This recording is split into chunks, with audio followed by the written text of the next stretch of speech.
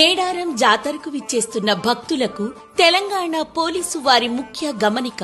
జాతరలో మీ చిన్నారులు తప్పిపోకుండా ఉండేందుకు పోలీసు శాఖ వారు క్యూఆర్ కోడ్ ఉన్న చేతి బ్యాండ్లు అందిస్తున్నారు. ఈ బ్యాండ్ పొందేందుకు బస్టాండ్ల సమీపంలో ఏర్పాటు చేసిన రిజిస్ట్రేషన్ సెంటర్లకు వెళ్ళండి.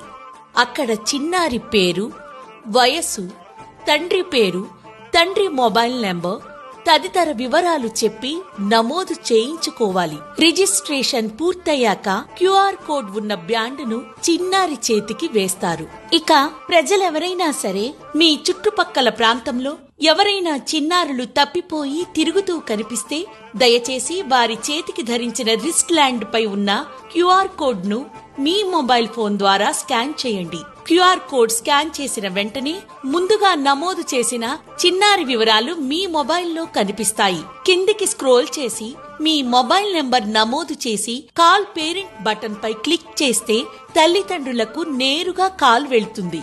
లేదా కాల్ కంట్రోల్ రూమ్ బటన్ పై క్లిక్ చేసి మీ ఫోన్ నెంబర్ నమోదు చేయడం ద్వారా పోలీసు అధికారులకు చిన్నారి వివరాలు తెలియజేయవచ్చు. చిన్నారి తల్లిదండ్రులు లేదా బంధువులు మీ వద్దకు వచ్చిన తరువాత యునైట్ అప్డేషన్ బటన్ పై క్లిక్ చేయండి.